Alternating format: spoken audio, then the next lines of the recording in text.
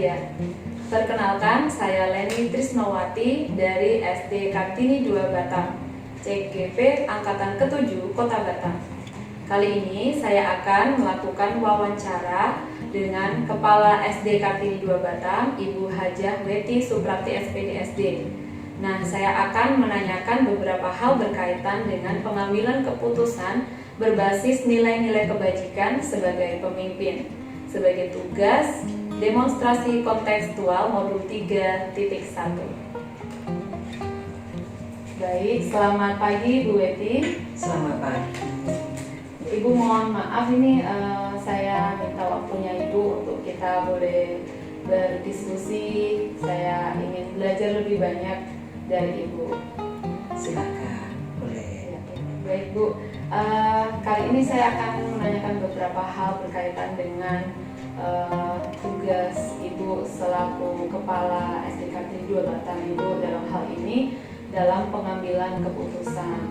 Saya yakin dalam hal ini selama ini ada begitu banyak hal yang berkaitan dengan hal-hal yang harus diputuskan, kebijakan-kebijakan yang harus diambil oleh Ibu selama Ibu menjabat selaku kepala sekolah ya Ibu ya. Baik, pertama-tama Ibu saya mau menanyakan ini. Selama ini bagaimana Ibu mengidentifikasi kasus-kasus yang merupakan atau yang terjadi di sekolah ini Ibu? Baik, terima kasih Ibu Leni. Ya, selama Ibu di sini itu pasti banyak ya kasus-kasus yang terjadi, ya. Baik itu di dalam sekolah maupun di luar sekolah. Ya. Bagaimana Ibu mengambil keputusan dan sebagainya. Tentunya ada beberapa kasus yang mesti Ibu identifikasi dulu. Ya. Contohnya ada kasus dilema etika atau kasus rujukan moral dan sebagainya yang mesti Ibu identifikasi dulu. Seperti itu kira-kira kalau mengidentifikasi kasus apa yang sedang Ibu hadapi atau akan Ibu hadapi. Jadi intinya Ibu ada hal-hal yang harus ditelaah dulu, apa penyebabnya, seluk-beluknya, semacam itu ya Bu untuk kasus-kasus yang Benar ada. sekali. Ya. Tujuannya adalah supaya insya Allah dalam pengambilan keputusan itu kita bisa memuaskan berbagai pihak yang mesti berakibat dari keputusan yang Ibu ambil. Walaupun kadang-kadang belum tentu semuanya puas ya. Betul, ya? betul, setuju sekali Bu. Kalau kasus-kasus yang sudah mungkin Ibu tangani atau mungkin keputusannya sudah Ibu ambil dalam kasus-kasus tersebut Ibu, apakah di sana ada pertentangan nilai-nilai atau hal-hal yang diyakini di dalam kasus-kasus tersebut Ibu? Yang pasti iya ya, di mana kasus itu kadang-kadang sering yang kita sebut dengan misalnya dilema etika atau kasus-kasus rujukan moral ya, seperti itu. Kalau dilema etika itu kan sebuah situasi di mana seseorang itu dihadapkan dengan pengambilan keputusan yang dua-duanya benar. Itu kalau dilema etika. Nah, kalau rujukan moral itu adalah di mana seseorang itu menghadapi sebuah situasi ketika pengambilan keputusan ini benar atau salah, seperti itu. Jadi itu ada hal-hal yang sering kali di dalam kasus itu hal-hal yang bertentangan, tapi kita harus memutuskan salah satu gitu, ya. Itu tantangannya ya Bu ya. Tantangannya seperti itu. Nah, selama ini Bu pada saat menjalankan pengambilan keputusan yang berkaitan dengan sekolah ini Bu, terutama untuk kasus-kasus di mana ada dua kepentingan yang sama-sama benar. Nah, itu bagaimana ya?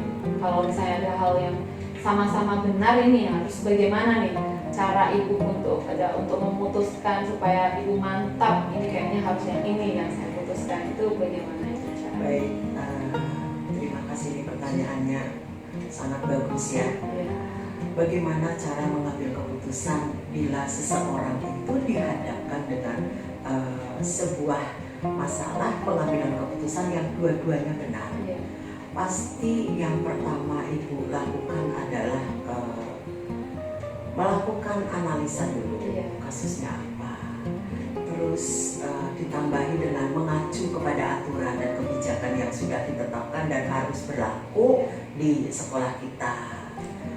Terus berbicaralah pada orang yang bersangkutan, dan yang paling penting itu juga mesti mempercayai insting ibu sendiri juga ya. Di sana tuh mesti ibu-ibu lakukan juga seperti itu, Bu Leni.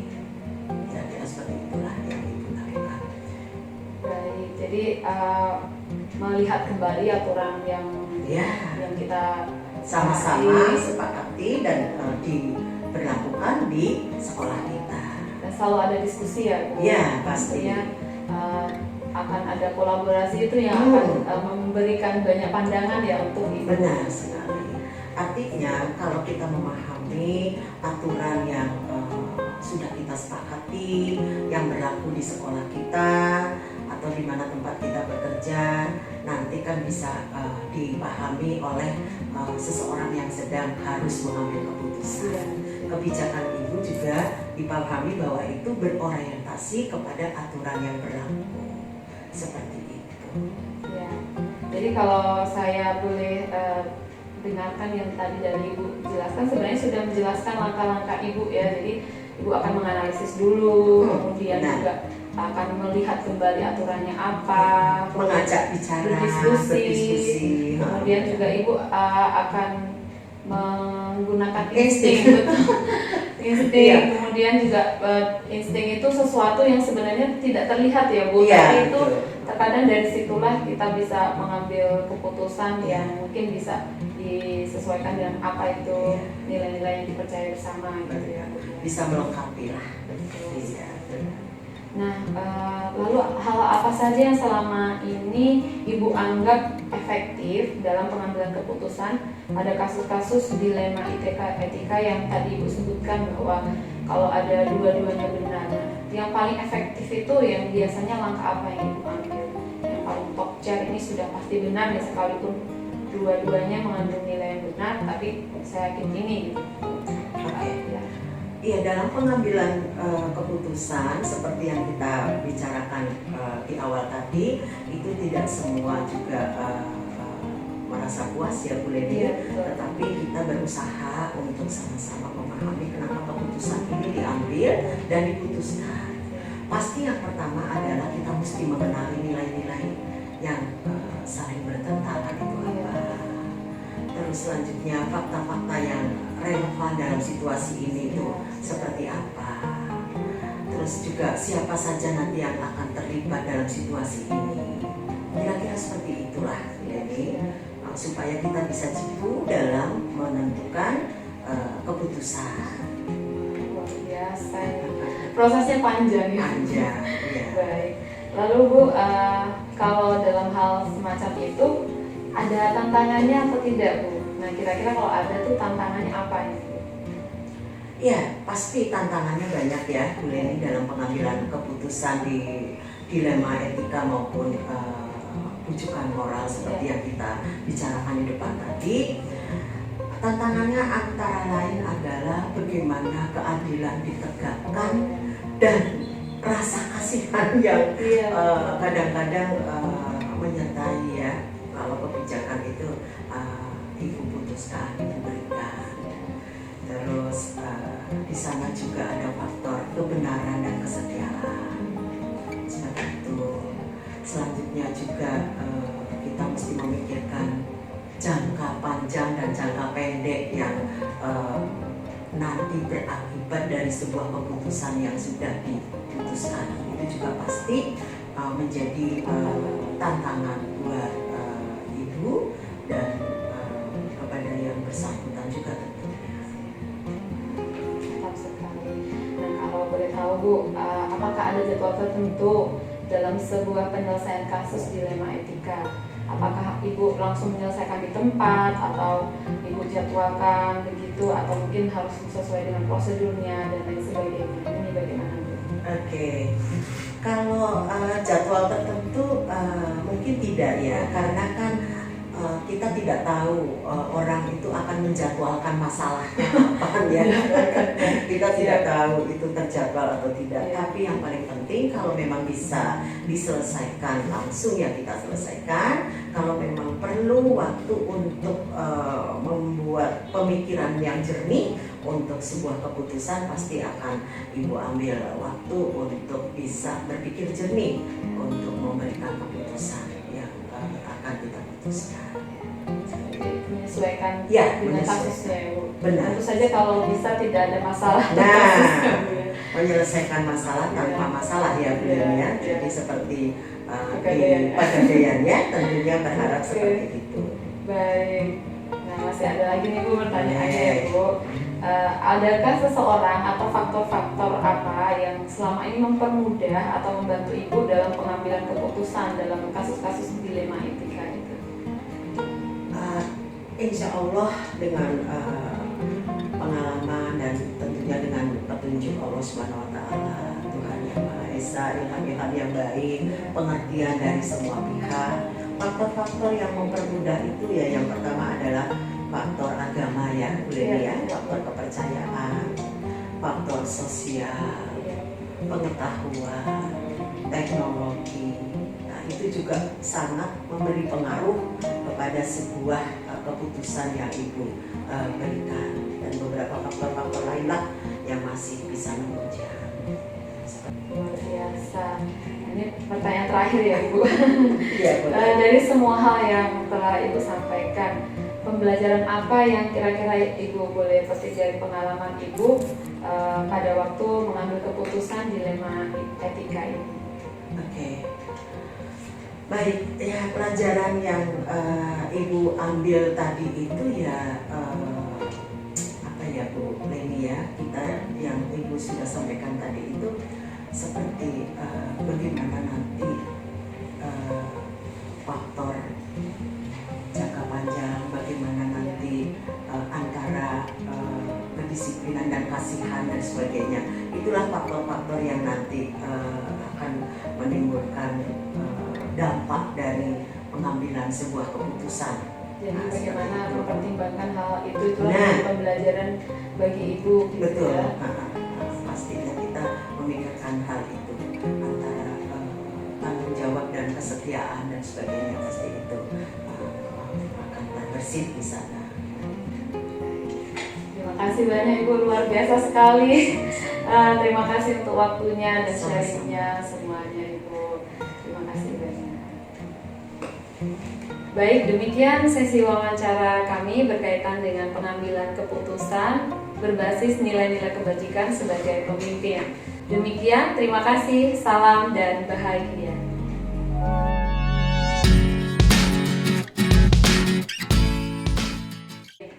Nah, saat ini bersama dengan saya sudah ada Bapak Arif Yudhistira SSI, Kepala SMP Kartini 2 Batam. Baik, langsung saja kita akan melakukan wawancara. Selamat siang Pak Arif. Ya. Baik, mohon maaf Pak Arif, saya minta waktunya sebentar untuk saya boleh mencari beberapa informasi yang mungkin juga nanti akan berguna untuk saya sebagai acuan untuk pengalaman saya nantinya berkaitan dengan pengambilan keputusan berbasis nilai-nilai kebajikan sebagai pemimpin. Ya, terima kasih Pak. Nah, tentunya Bapak sebagai Kepala SMP Kartini 2 ini dengan berbagai pengalaman, dilema, kemudian dinamikanya, kemudian banyak hal yang juga berkaitan dengan pengambilan keputusan ya Pak ya, atau mungkin mengenai persoalan apapun yang dihadapi. Nah, beberapa hal yang akan saya tanyakan nih Pak. Nah, yang pertama-tama, selama ini bagaimana Bapak mengidentifikasi kasus-kasus yang ada di sekolah ini Pak? Identifikasi kasus-kasus di sekolah. Iya. Kalau saya sih identifikasinya yang pertama mungkin dari laporan-laporan. Nah, kan ada laporan baik dari wali kelas maupun laporan dari orang tua dan siswa. Berikutnya mungkin yang berikutnya mungkin dari observasi atau pengamatan secara langsung yang bisa terlihat secara langsung. Itu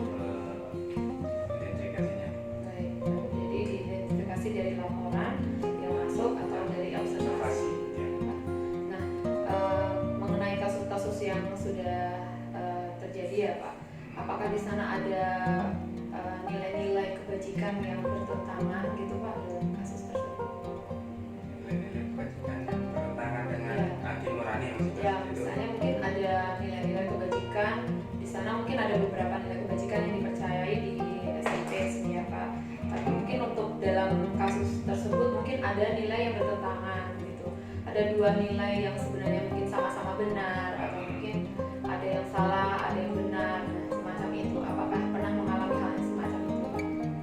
Ada mungkin yang bertentangan, ya kalau misalkan kebijakan misalkan ada suatu kasus ya, Iya. dimana di satu sisi kita mau melakukan nilai kebenaran, di satu sisi juga ada nilai kasihannya kayak gitu, nilai apa misalnya kasih sayang misalnya menerapkan seperti itu. Juga di antara mungkin yang lainnya misalkan nilai kejujuran, kita menerapkan kejujuran. Di satu sisi kita ingin nilai apa yang bertentangan dengan kesetakawanan tadi, mau melindungi kayak gitu. Ya itulah mungkin salah satu nilai-nilai yang mungkin Jadi mungkin ya Pak, di dalam beberapa kasus tuh mungkin ada nilai yang bertentangan yang sebenarnya mungkin kalau boleh dikatakan itu sama-sama kita yakini sebagai sebuah kebenaran gitu. iya, makanya saling bertentangan tadi kan sama-sama benar, makanya agak susah atau berat Iya, sih gitu. Tapi harus diputuskan juga. berputuskan gitu. Oke, nah lalu bagaimana nih Pak dalam menjalankan pengambilan keputusan tadi, terutama untuk hal-hal yang berkaitan seperti yang tadi Bapak ungkapkan, ada dua kepentingan yang mungkin sama-sama benar gitu. Nah itu bagaimana cara Bapak menjalankan pengambilan keputusan itu? Mungkin yang pertama pasti merujuk dari aturan, kita sesuaikan dari aturannya dulu. Setelah dari aturan kita lihat dari mungkin diskusi ya, mungkin bisa masukan dari beberapa orang kayak gitu kan, dibuat keputusan. Setelah itu diambil keputusan yang istilahnya lebih banyak manfaatnya atau berguna untuk kepentingan orang banyak. Bermanfaatannya gitu ya. Bermanfaatannya. Oke, mantap. Nah kalau berdasarkan hal yang seperti tadi ya Pak, dengan melihat aturannya, diskusi, kemudian kebermanfaatannya. Nah kalau boleh diruntut ini Pak, kira-kira langkah-langkah dalam pengambilan keputusan yang Bapak lakukan itu biasanya seperti apa? Ya pastinya yang pertama kita harus identifikasi dulu atau mengenal masalah itu dulu, seperti apa itu. Kemudian dicek faktanya di lapangan dulu, kebenarannya, faktanya seperti apa, seperti itu. Barulah setelah itu bisa untuk diambil keputusan. Seperti itu. Jadi tidak berdasarkan pemikiran Iya, sendiri ya? langsung dari terima langsung keputusan enggak, jadi makanya diintrospeksi dulu, setelah itu dicek di faktanya di lapangan, setelah baru bisa diambil keputusannya seperti itu. Lalu menurut Bapak nih hal apa saja yang selama ini Bapak anggap sebagai sesuatu yang efektif dalam pengambilan keputusan pada kasus-kasus tersebut gitu? Ya hampir sama seperti pertanyaan sebelumnya. Iya. Mungkin yang efektif yang pertama adalah analisanya, ya kita harus analisa hal-hal itu tadi, kemudian cek fakta-faktanya juga seperti itu kan, barulah setelah itu bisa ditentukan keputusannya tadi seperti itu. Dalam hal tersebut Pak, kira-kira kalau menurut Bapak nih tantangannya itu apa yang kalau menurut Bapak tuh yang merupakan tantangan bagi Bapak pada waktu ada hal yang harus diputuskan seperti itu? Ya, hubungan tadi dengan apa istilahnya Ya, berkaitan etika dengan- moral tadi ya istilahnya Ya, yang kita diskusikan. Ya tadi yang pertama pasti tentang kebenaran dan istilahnya kebenaran dan yang sama-sama benar tadi ya. sama-sama benar dan kasih sayang. Misalkan kita menerapkan ini benar tapi satu sisi kita kasihan kayak gitu kan, agak perhatian di situ. Terus kemungkinan yang kedua misalkan kita mau menerapkan secara jujur aturan tapi di satu sisi juga istilahnya Setia kita kawan. setia kawan, kita udah lama, kita harus seperti keluarga seperti itu kan, itu yang jadi pertimbangan agak susah seperti itu. Iya. Dan juga ada misalkan harus antara ini kepentingan individu ataupun juga dengan masyarakat seperti itu. Jadi ada kegalauan Iya. semacam itu jadi tantangannya Iya. ya Pak ya kalau ada masalah. Jadi kalau misalnya ada persoalan seperti itu Pak, apakah ada jadwalnya atau mungkin timeline-nya gitu untuk penyelesaian kasus-kasus dilema etika itu Pak? Apakah Bapak langsung menyelesaikan di saat itu di tempat ataukah mungkin Bapak menjadwalkannya pada waktu-waktu tertentu? Kalau selama ini sih nggak pakai penjadwalan, tidak dijadwalkan, jadi di saat ketemu hal-hal kasus seperti itu langsung selesaikan secara langsung ya, dengan tadi melibatkan apa tahapannya pada situ. Makanya tidak ada jadwalan, jadi segera mungkin Sesuai selesaikan, kebutuhan. segera selesai istilahnya. Oh ya. Kalau memang bisa selesaikan ya cepat selesaikan, ngapain harus tunda lama-lama seperti itu. Kalau bisa disegerakan, kenapa Segera ditunda ngapain, gitu? makanya. Oke. Nah, Bapak kalau boleh tahu, adakah seseorang atau faktor-faktor yang selama ini mempermudah atau membantu Bapak dalam pengambilan keputusan dalam kasus dilema etika?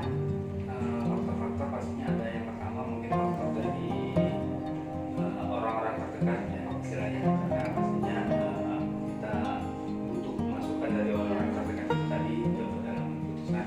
Yang kedua pastinya pengalaman yang bicara.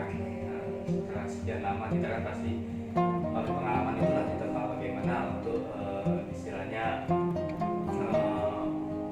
membuat suatu keputusan yang bijak dan baik kayak gitu kan. Gitu. Berarti harus benar-benar banyak belajar gitu ya Pak, dari Belajar orang, pengalaman baik dari pengalaman. orang maupun dari diri sendiri. Itulah. Pengalaman adalah tujuan utama. Biasa, mantap ini. Nah dari semuanya yang sudah kita diskusikan tadi Pak, dari apa yang Bapak sampaikan, pembelajaran apa yang Bapak petik dari pengalaman Bapak dalam pengambilan keputusan berkaitan dengan dilema etika ini? Pembelajaran utama dalam mengambil keputusan berkaitan dengan dilema etika ini, saya rasa itu pemimpin harus siap dan sigap dalam setiap kondisi yang dihadapi, Ya. di mana di situ harus menuntut sebuah keputusan yang harus tepat, akurat, tepat, dan istilahnya dengan resiko yang seminimal. Itulah. Ya.